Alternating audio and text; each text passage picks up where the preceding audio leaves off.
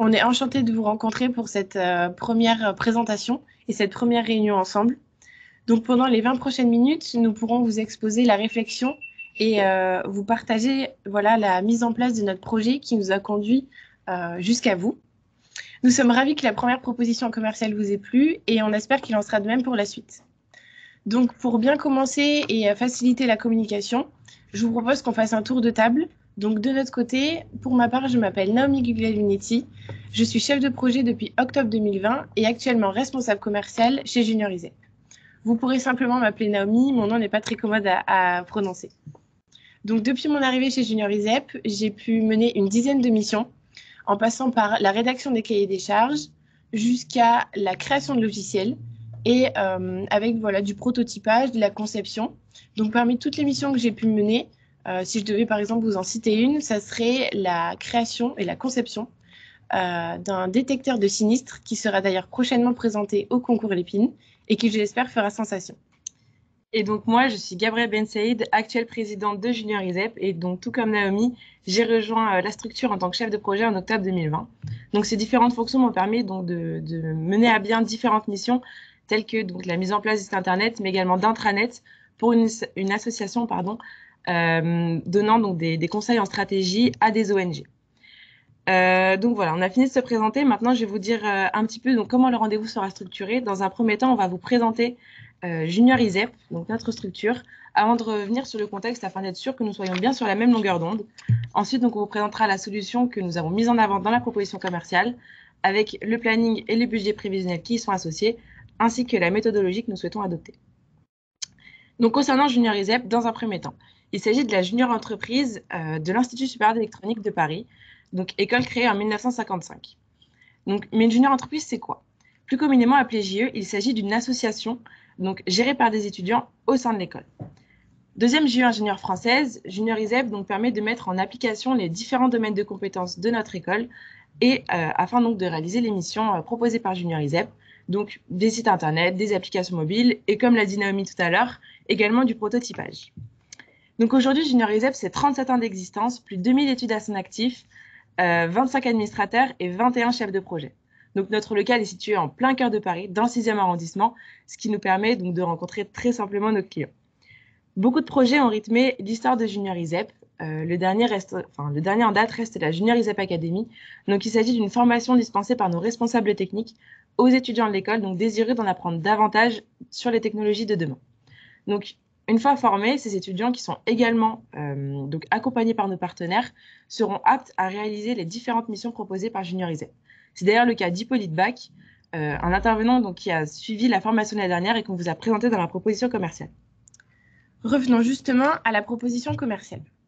Pour faire un rapide point sur le contexte global de l'appel d'offres et confirmer ensemble notre bonne compréhension, le comité d'organisation des Jeux Olympiques de Paris 2024, dont vous faites partie, a pour ambition de mettre en place de manière durable des solutions environnementales. Votre engagement est donc de compenser et de diviser par 2 les émissions de CO2. Aujourd'hui, les JO représentent 3 millions de tonnes de CO2 émis en seulement 15 jours. Pour faire un court parallèle, cela équivaut à 4 allers-retours Terre-Lune en voiture. Projet bien sûr beaucoup plus compliqué à concrétiser que le vôtre. À terme, ces JO devront donc être le premier projet à impact positif pour le climat. L'engagement responsable que vous souhaitez honorer est donc primordial. Nous croyons en sa réussite et c'est pour cela que nous voulons nous engager avec vous dans votre projet. En effet, la France a déjà accueilli 5 fois les JO sur son territoire, ce qui implique qu'elle a déjà les infrastructures présentes. Ceci diminuera les moyens à mettre en œuvre, le tout permettra de moins polluer. D'ailleurs, sur ce sujet, la France s'est illustrée il y a peu de temps en se hissant à la 4e place des pays les plus verts du monde. De plus, les ressources financières allouées à ces JO, comme les précédents, sont considérables. Et aucune menace critique pouvant s'opposer à leur bon déroulement n'a été relevée. Les voyants sont donc tous au vert pour cette édition. L'appel d'offres lancé est vite arrivé en tête de nos priorités. Nous savons que nous pouvons vous fournir la solution qui vous conviendra.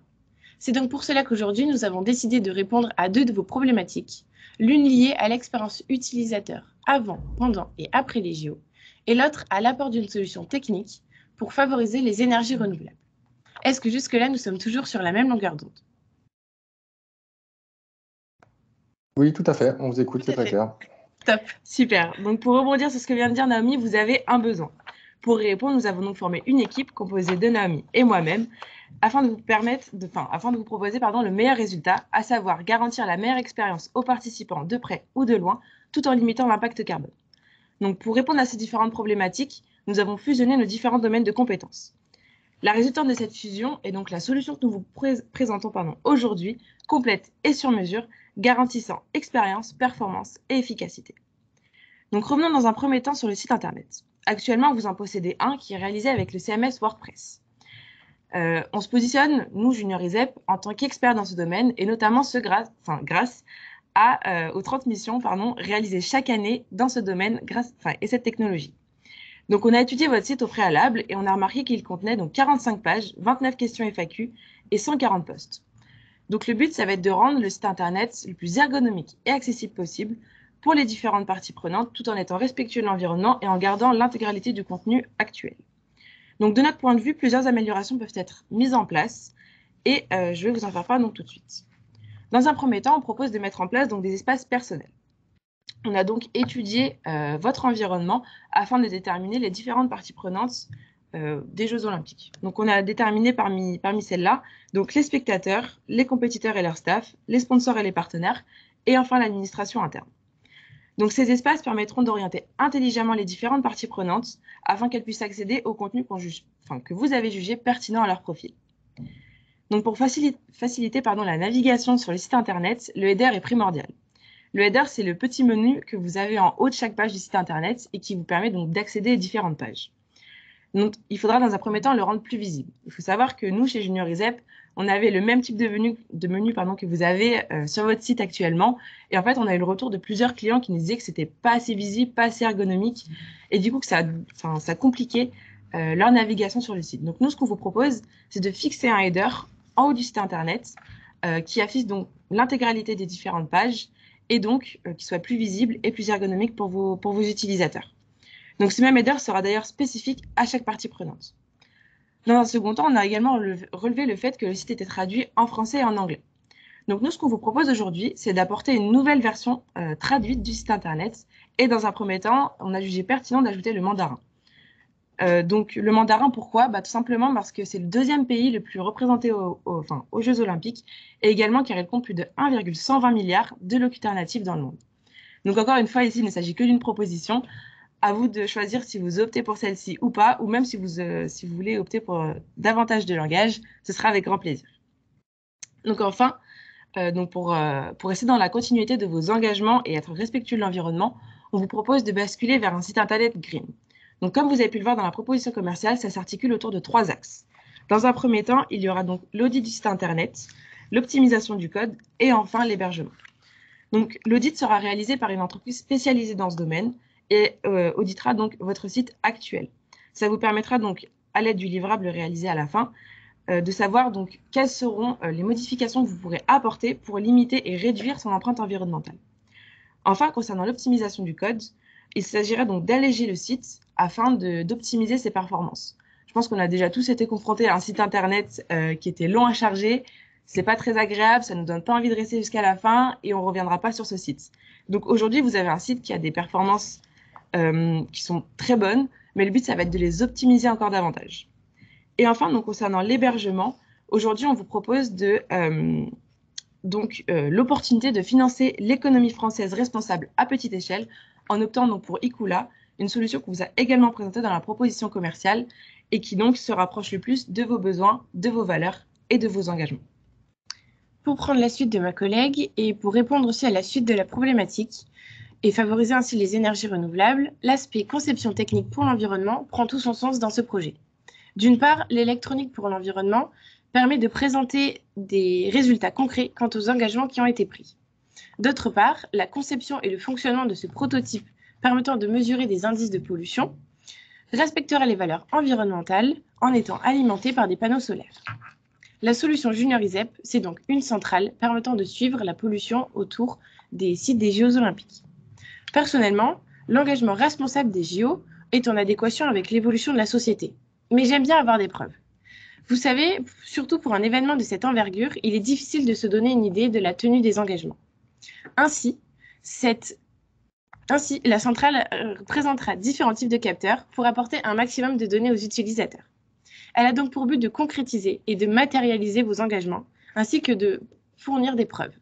Par exemple, comparer la qualité de l'air avant et pendant les JO permettra de témoigner de la réussite du projet. Mais comment allons-nous mettre cela en place? Nous débuterons tout d'abord par la rédaction d'un cahier des charges, en binôme avec vous et vos équipes, le but étant de vous accompagner et de vous donner un maximum de choix. C'est d'ailleurs pour ça que nous avons prévu une phase d'analyse des composants. Celle-ci nous permettra de vous lister une série de capteurs que vous pourrez ensuite choisir ou peut-être tous les prendre, suivant vos envies. Par la suite, lorsque tout le matériel sera acheté et livré, nous connaissons que trop bien les délais de livraison, nous passerons à l'implémentation, au codage, au test et à l'intégration de la centrale pour envoyer les données via une passerelle. À la suite de ces phases, la conception se clôturera par une vague de tests fonctionnels et techniques pour valider le fonctionnement du prototype. La protection de ce boîtier sera l'occasion de se retrouver une nouvelle fois pour imaginer le design ensemble. Nous avons donc choisi de faire une impression grâce à une imprimante 3D. Cela nous permettra de nous adapter plus facilement à vos envies et de faire des allers-retours suivant les rendez-vous que nous aurons. Cela aussi nous permettra d'avoir des délais de réalisation très courts. Concernant les données des capteurs de pollution, nous avons étudié plusieurs pistes pour optimiser leur traitement. La conclusion finale nous renvoie vers la création d'une application. Ce support nous permettra de regrouper seulement les informations essentielles et de mettre à disposition deux espaces principaux, l'espace environnement et l'espace général. L'environnement étant au cœur des JO Paris 2024, il était donc tout naturel de communiquer et surtout de rendre accessible un maximum d'informations sur ce sujet. À l'aide de data visualisation, de traitement de données et de création de dashboards, cet espace permettra de partager les statistiques de tous les capteurs. Les utilisateurs pourront aussi avoir accès à d'autres informations. Donc, les utilisateurs auront accès aux projets qui seront financés par le comité pendant les JO, permettant de tenir leurs engagements. Le second espace, beaucoup plus pratico-pratique, permettra aux utilisateurs d'anticiper leur déplacement ou les utilisateurs étant déjà sur place, d'accéder à l'organisation des JO. Ils pourront notamment retrouver les plannings, les plans, les résultats, ainsi qu'une FAQ. Celle-ci traitera de sujets beaucoup plus terrain comme comment utiliser ou scanner un QR code. En 2024, l'ère de la dématérialisation sera beaucoup plus avancée qu'aujourd'hui. Aujourd'hui déjà, le pass sanitaire ainsi que certains menus de restaurant sont déjà sous forme de QR code. Nous-mêmes, nous utilisons les QR codes et vous pouvez d'ailleurs le voir sur la slide. Si vous prenez le temps de scanner ce QR code, vous verrez donc tout ce que nous voulons communiquer aux étudiants au sein de notre école. Cela nous permet donc de communiquer de façon rapide et efficace et c'est aussi ce qui nous a donné l'idée du Plus Junior ISEP. Dans une optique d'attractivité, installer les QR codes sur tous les sites permettra de naviguer à travers la centaine de posts du site internet qui deviendra alors une source d'information utile, accessible et ludique. L'application embarquera directement dans ses fonctionnalités un lecteur de QR code facile d'utilisation. Donc finalement, la mise en place de la solution que nous venons de vous exposer nécessite la participation d'un minimum de 4 intervenants. On vous les a d'ailleurs présentés donc, dans la proposition commerciale. Hippolyte, Étienne, Bastien et Marie sont tous les 4 des intervenants avec qui nous avons déjà travaillé et en qui nous plaçons notre entière confiance. Donc la phase d'approche dans laquelle nous situons nous permet seulement de vous donner ces informations à titre indicatif. Donc en effet, on compte sur les prochains rendez-vous pour définir davantage les ressources et les besoins de votre côté.